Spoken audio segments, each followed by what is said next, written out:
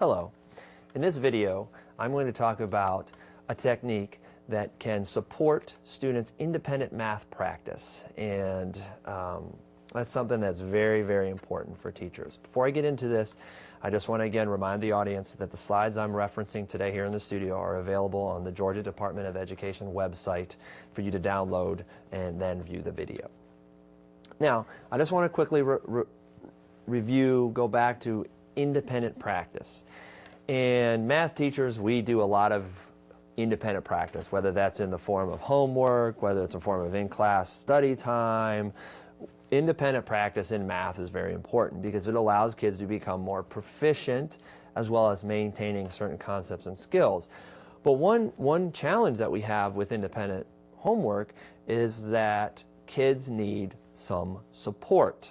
Now, if they happen to have that support at home, that's great. If they don't, then it becomes a little bit of a challenge. And with homework, one important aspect to consider here is the third to the last bullet at the end, which is requires little additional instruction. In other words, when kids are at the point, when the teacher is at the point ready to assign independent practice, whether that's in the classroom or at home, the students need to be relatively accurate in what they're doing, and they need to build their proficiency or fluency, some may refer to it.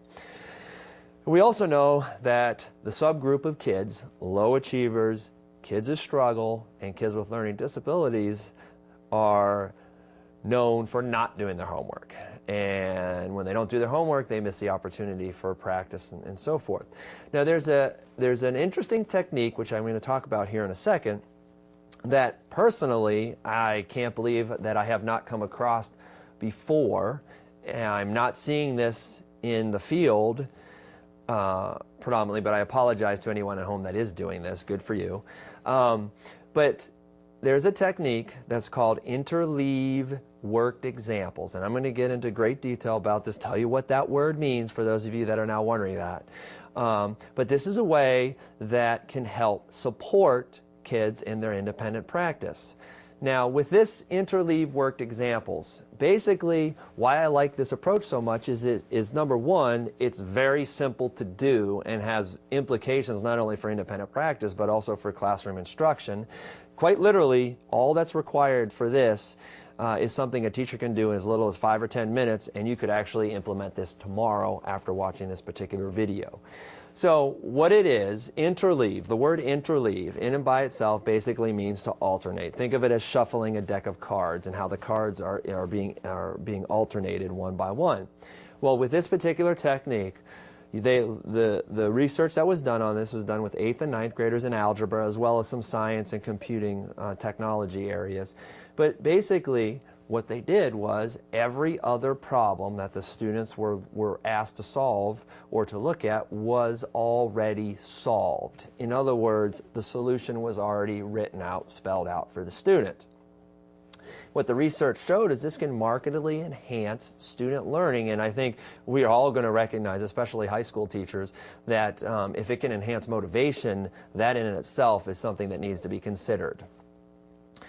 So what does this technique involve? Well, basically, on the slide here, I have a typical homework assignment, page 155, numbers 1 to 21 odd. Now, I threw odd up there as an own personal reference because when I was studying math, I always appreciated, or actually I hoped, that the math teacher would assign the odd problems because I at least could look in the back of the book and find an answer. And that answer then often allowed me to try to work backwards and figure out the problem.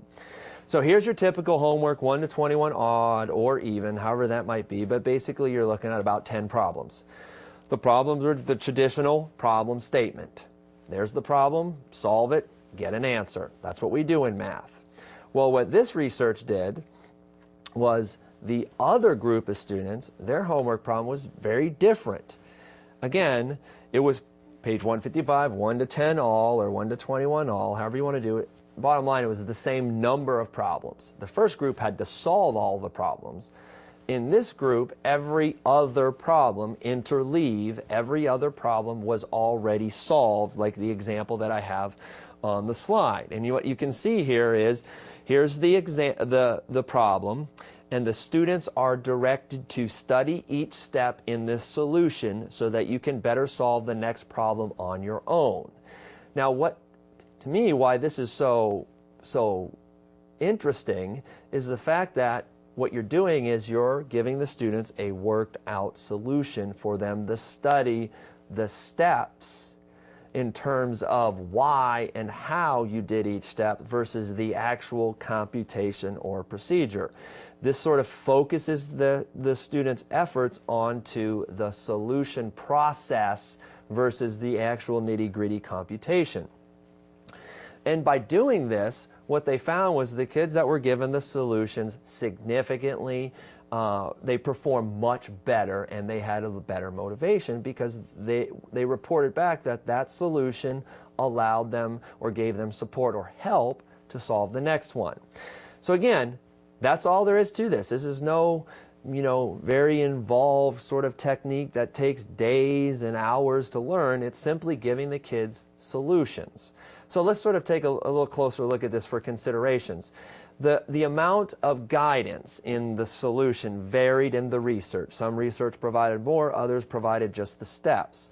I would suspect that kids that are really struggling in math may need a little more explanation for each step. You want to be careful you don't overwhelm them, but that's something that the teacher would have to decide.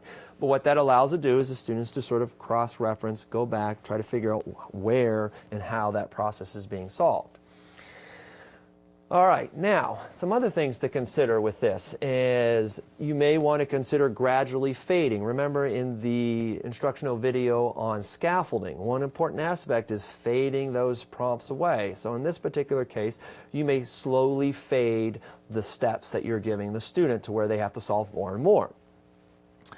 You also want to change the types of problems and examples that are used to sort of give the students a range of what these problems and formats of problems might look like. So there's a couple considerations. Now, we've just been talking about independent practice, and I hope we've been able to make the connection there that by providing students worked out solutions when they're trying to do the problem independently, that allows them a support or a guidance to go back and look. Well, this also has implications for in the classroom. And the main implication in the classroom is that based on this research, would be almost better to give the students, provide the students the problem solution already worked out prior to giving any explanation. And that way the students can look at all of the steps. They don't have to write anything down. They don't have to focus on looking up to the board and writing something down. They can actually focus all of their thinking on the process and allowing hearing the teacher think through the step. But for example, you may in groups have the students working together, given a problem already solved. They focus on each step, how and why you did each step, discuss it, explain it, and then give them another problem where they actually then have to solve it. And I think this is important because now we're really getting down to what the teacher does from an instructional practice standpoint. So within this, so you have the whole group, you could have applications to cooperative learning, peers, there could be applications to a variety of things in the classroom. But bottom line, what you're doing is you're giving a student a problem that is already worked out and that the students are using their efforts on the process, which is what's very important here. The answer is important, but how we get to the answer is also equally important for the students to see the connections that we have in math. So again, to summarize this particular segment, this interleaving of worked solutions has a decent amount of research behind it, supported with algebra 8th and 9th grade students. It's easy to do. It's something that can be done in the tomorrow if you had to, and it has some evidence behind it. So I hope you'll consider using this interleave technique in your math instruction tomorrow, and that will help better support your students' learning. And again, these slides are available on this Georgia Department of Education website.